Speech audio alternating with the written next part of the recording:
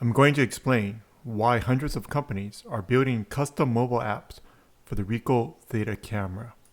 I'll also explain basic points about development so that even non-developers can understand what's involved in building a mobile app for the Ricoh Theta cameras. This example is from Zillow. They have a custom application that connects to the Ricoh Theta camera, and the 360 photos in a virtual tour helps them to sell more houses. This is an example of two different companies, Ricoh Projects and AirSquire with their AirGo product. This helps construction companies reduce the cost of documenting sites and also reduces the cost of traveling to the site by enabling some type of remote inspection by the crews. An important consideration in building a mobile app is to reduce the cost of taking the pictures. Companies like OpenSpace may take thousands of pictures per site, and they've mounted the camera on top of a hat. They'll have their site staff, so someone that's on site at the construction project area, walk around with the camera on top of the hat. And in this case, the camera is taking video or still images, and it'll either convert the video into still images or use the video as is.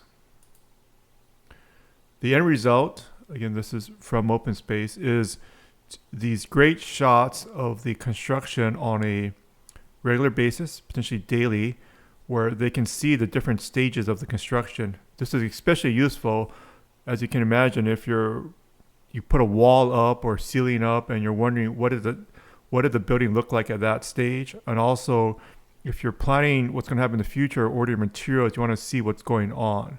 So they're taking these type of shots every day. It's also very popular to place the Ricoh Theta cameras inside of a vehicle. This is great for used car sales, as shown by the company Impel in this picture.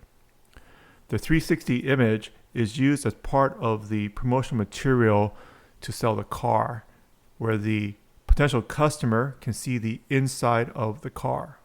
It's most common to place the Ricoh Theta camera in the center console if available, or you can strap it to the chair or another place. The Ricoh Theta camera has auto leveling, so that if the camera is on the side, really horizontal, it'll work. For developers wondering how the camera actually connects to your mobile phone and thus the mobile app, the camera runs a Wi-Fi hotspot inside the camera.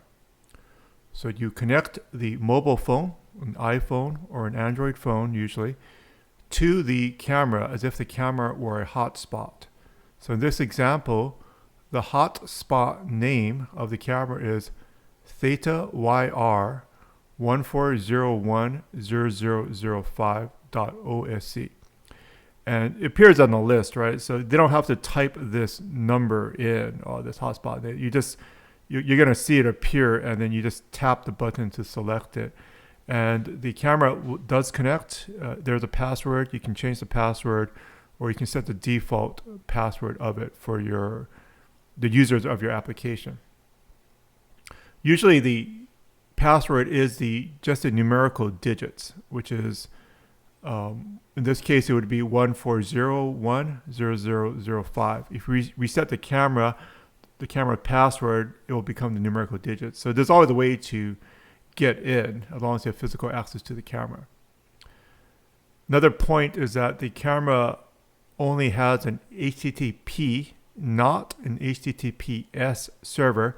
So in the mobile phone, Android or iPhone usually, or it could be a kiosk like a Windows desktop or something, when it connects to the camera, there might be some settings that prevent an HTTP request to be sent to the camera without the security. And so you may have to adjust the iPhone or Android settings to allow the clear text password to be sent. And this is well documented. then your application connects to the endpoint. So the camera becomes 192.168.1.1. And you can now send an HTTP request to the camera. We're primarily using HTTP GET and HTTP POST. The POST body, so what the command that you send to the camera, must be encoded as JSON. So if you're using whatever language you're using, our example is going to use Dart, and the Dart body has to be encoded as JSON with a built-in library, which we'll show you. You must also send a header, and the header in this tutorial, we're sending it as a Dart map with the HTTP package. This tutorial is only covering access point mode. You can also connect the Theta to a router and use digest authentication to send commands between the mobile app and the Ricoh Theta camera, but it's not covered in this tutorial. We have a bare bones application. It's almost the simplest possible application that we could make. Screen is on the right hand side. It just has 3 buttons: info, state, and take picture. The 3 different commands will illustrate different types of commands that can be sent to the camera. For example, the info command, which shows the information from the camera, is a GET, and it has no body. You can also send this GET request without actually passing the header to the camera, although in the example we do pass the header just so you get used to it. So the endpoint here would be http://192.168.1.1/OSC/info. And the header is this content type, application JSON. You're probably familiar with this, charset UTF-8. In the code example, once the URL is built in the previous step, so let's review it again. You set up the URL and the header. And then this step, you have the URL built and the header, and you send the HTTP GET request. This is using async IO, so we are going to wait for the response. Once we have the response, we can print out the response body. Main point here is that it's a pretty common HTTP style of the API, and so you're probably already familiar with it and can get going pretty quickly. Another example in the minimal application is the take picture command. This is all documented in the Ricoh Theta API documentation, publicly available. But I'll just point out a few steps here. So the take picture is a post command, and the post command does have a body. In this case, the body would be camera.takePicture. You must encode the body as JSON. Most languages will have some type of serialization so that you can take the object from the language that you're using. In this case, example is in Dart, and we encode it into JSON. Once it's encoded as JSON, we send the URL with the endpoint OSC commands execute, and then we pass that the body. So the body is simply the name : camera.takePicture. As before, we wait for the response and we print it out, which would be a confirmation that the picture was taken. And this picture was taken by the happy developer after quickly building the minimal app in just a couple hours.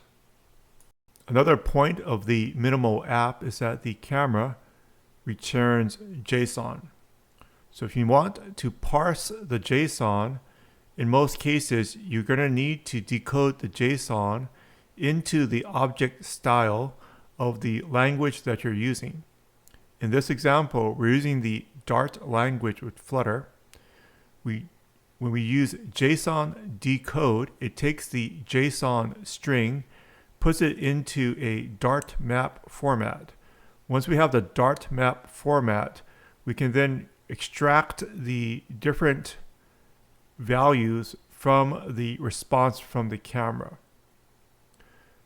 In this case, we're looking for the state of the camera. So we're going to grab the state, and there is a property that the camera is sending us called battery level. We store that battery level into a variable and then use it to change the appearance of the icon. So in this case, there would be 4 icons, and you could change the icon based on what the value of the battery level is. This is just an example of extracting the value to keep the minimal app short and concise. We don't actually show the change of the GUI with the battery icons. It's just an example to show how to extract the battery level, and we leave it up to you to change the icon based on the value of the battery level. If you're interested in doing that or seeing it, we could extend the application, of course. So leave a comment below, and we will take that up in the future. We are building out a series of applications and tutorials at start.theta360.guide. So if you're just brand new to Ricoh Theta development, it could be a good place to start. We are building the applications with the new Ricoh Theta X camera. So we might be able to help you find if there's any workarounds needed with the camera, or maybe the API has changed. It actually has changed a little bit. Some of the API parameters are specific to the Theta X. We might be able to help you out as well there.